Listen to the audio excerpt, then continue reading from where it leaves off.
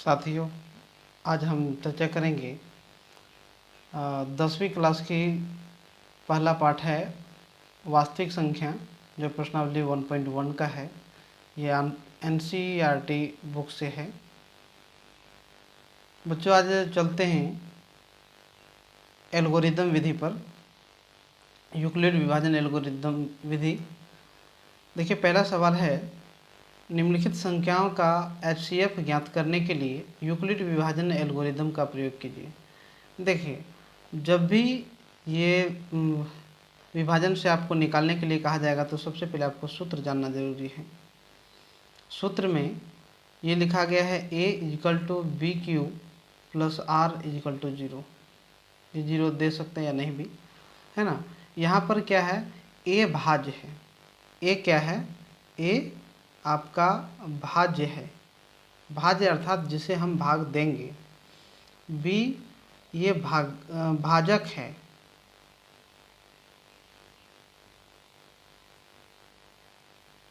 और Q भागफल है। R शेषफल है। ठीक है, तो ये सूत्र को आप समझ गए हैं, अभी पूरी तरह से समझ जाएंगे। देखिए, इसमें 3 क्वेश्चन हैं, 1 2 3।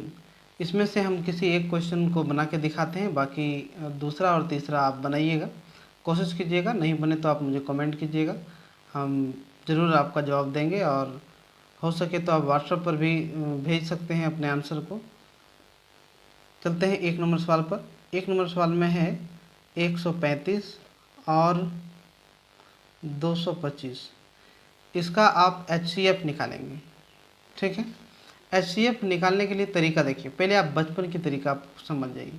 बचपन में हम HCF कैसे निकालते थे, दो संख्याओं का HCF निकालने के लिए जो बड़ी संख्या होती है उसे हम बीच में ले जाते हैं, और जो छोटी संख्या होती है उसे एक बगल में ले जाते हैं। ठीक है, अब इसे हम विभाजित करते हैं। 135 से अगर लगाएंगे 225 में भाग तो एक बार में लग जाएगा, और ये 90 बच जाता है। ठीक है, और फिर यहाँ पर इसे देने के बाद ये जो भाजक है 135, इसे यहाँ पर लाया जाता है। अब 135 भाज्य बन गया और 90 भाजक बन गया। फिर से अगर करेंगे तो एक बार में लग जाता है, ऐसे माइनस करेंगे तो 45 बच जाता है। फिर यहाँ से अगर करते हैं तो ये 90 अब की भाज्य बन जाता है और 45 भाजक बन जाता है।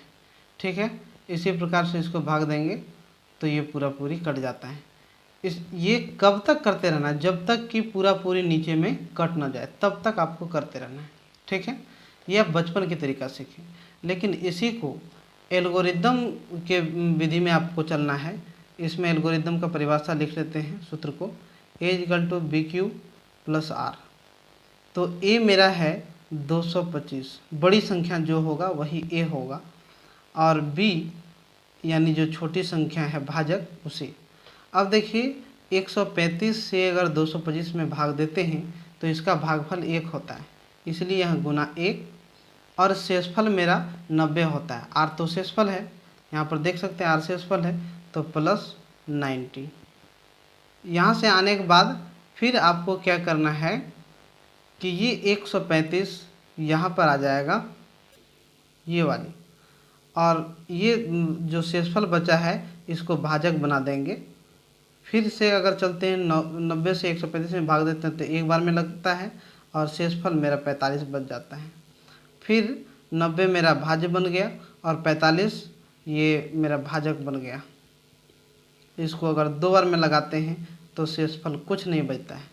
जब शेषफल कुछ नहीं बचे यानी 0 हो जाए, तब आप समझिए कि ये वाला आपका आंसर है, इसीलिए आंसर इसमें 45 हो जाएगा। जब तक 0 ना आ जाए तब तक आपको ये क्रम में चलते रहना है। ठीक है, यही 45 आपका आंसर होता है। ठीक है, बचपन में भी पढ़े थे ऐसे बनाने के लिए कि जब तक कट ना जाए पूरी तरह से तब तक आपको देते रहना है, और जो बाएं तरफ बच जाता है उसी को हम आंसर करते हैं। ठीक है, तो ये आप समझ चुके हैं। अगर ये समझ गए हैं तो क्वेश्चन नंबर 1 और क्वेश्चन नंबर 2 बनाने का प्रयास करें। ठीक है, अब दूसरे सवाल पर चलते हैं। दूसरे सवाल में देखिए क्या है, कहता है दर्शाइए कि कोई भी धनात्मक विषम पूर्णांक 6q+1 या 6q+3 या 6q+5 का रूप होता है जहाँ q कोई पूर्णांक है। ठीक है, इसमें आपको सिद्ध करना है, दर्शाना है कि ये विषम पूर्णांक है कि नहीं, बस। लेकिन q एक पूर्णांक होना चाहिए। तो हम पहले वीडियो में चर्चा कर चुके हैं, विषम संख्या किसे कहते हैं, धनात्मक किसे कहते हैं, पूर्णांक किसे कहते हैं। यदि आप वो समझ गए हैं तो इस क्वेश्चन को आप समझ सकते हैं और बनाने का प्रयास करेंगे और बना भी सकते हैं। तो आप नहीं देखें उस वीडियो को तो पहले उस वीडियो को देख लें, समझ लें और जितने भी परिभाषा दिया गया है सभी को याद कर लें, तभी आपसे बन सकता है। ठीक है, अब चलते हैं, मान लेते हैं, माना धनात्मक विषम पूर्णांक a और b। ठीक है, ये आप मान सकते हैं, कुछ भी यहाँ x y z कुछ भी आप मान सकते हैं।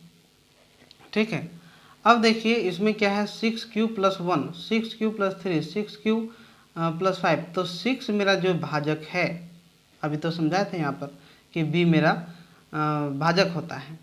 तो 6 भाजक है, q भागफल है और 1 शेषफल है।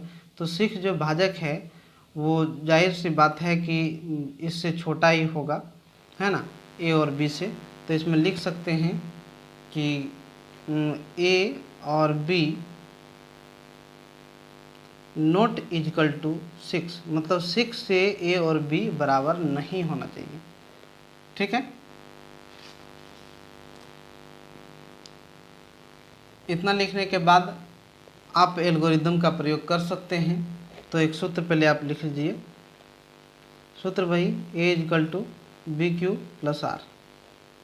ठीक है, अब यहाँ चूँकि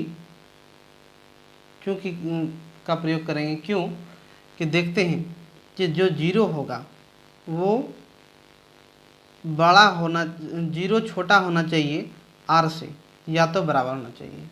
किसी में भाग आप कीजिएगा तो r जरूर है कि भाजक से छोटा ही होगा या तो बराबर होगा, है ना। भाग करने पर छोटा ही होता है, बराबर तो होना ही नहीं चाहिए, है ना। तो इसे आप जान सकते हैं। और r जो है वो 6 से छोटा होना चाहिए, यानी भाजक से r मेरा छोटा होता है। ठीक है, ये आप लिख सकते हैं। यहाँ से लिखने के बाद अब आपको लिखना है, इसलिए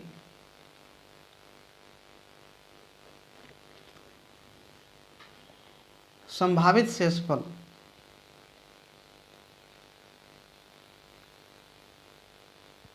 संभावित शेषफल मतलब r तो शेषफल है, तो आप संभावना कर सकते हैं कि जो भी शेषफल होगा वो 6 से छोटा ही होगा, क्योंकि यहाँ पर दिखाया गया है। तो संभावित क्षेत्रफल क्या क्या हो सकता है, शेषफल 0, 1, 2, 3, 4 और 5। 6 तो नहीं होगा क्योंकि छोटा बोला है, तो 5 तक आप संभावना कर सकते हैं कि शेषफल यही है। अर्थात ये संख्याओं, जो ये हम माने हैं, ये संख्याओं 6q और 6q+1 और 6q+5 हो सकता है, हो सकता है ना, जहाँ q क्या है, q भागफल है ना। पहले हम बता दिए कि q भागफल है। ठीक है, अब यहाँ से आप कर सकते हैं, क्योंकि a एक विषम संख्या है,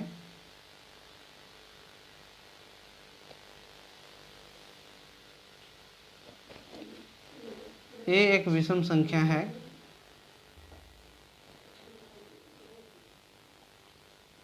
और यह पूर्णांक है,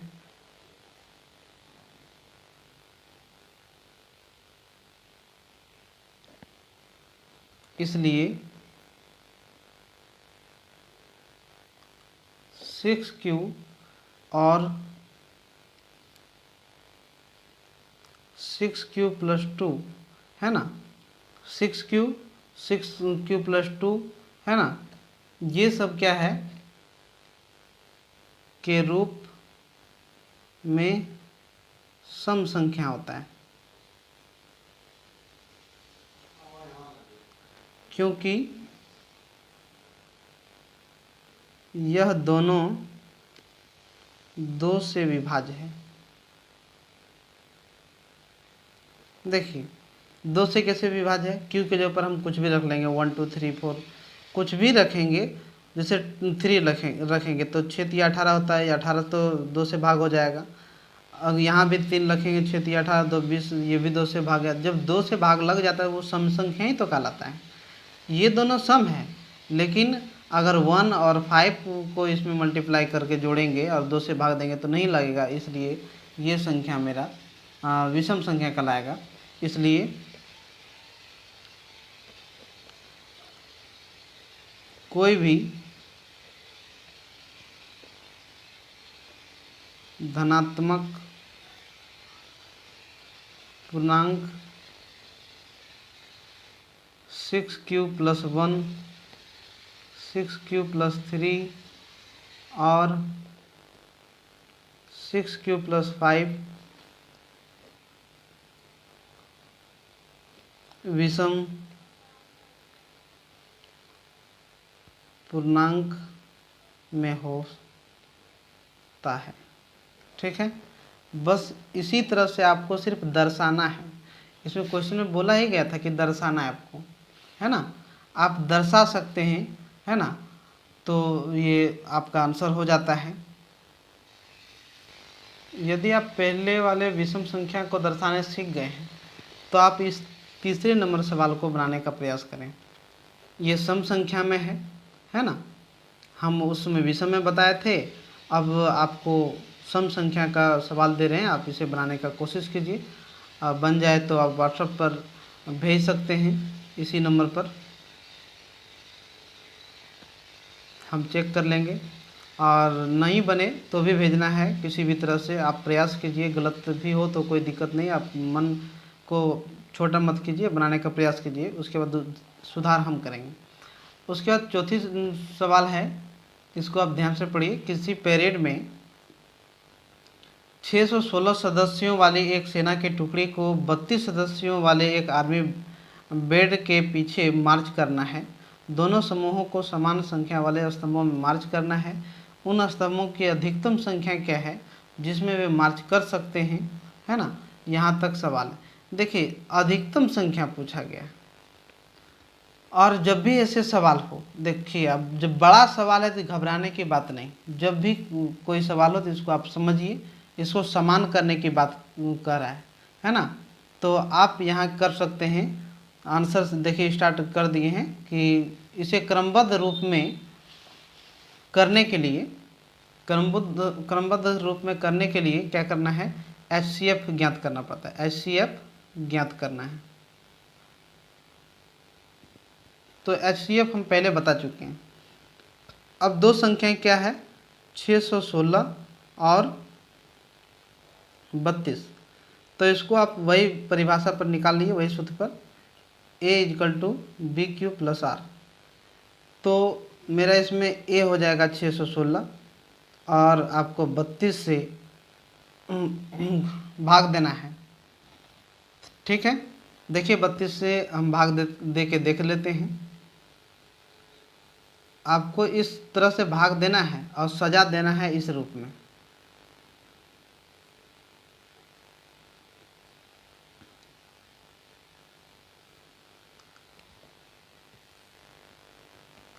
देखिए क्या करना है, 32 को अब कि हम 9 से भाग देते हैं तो बन जाता है 288।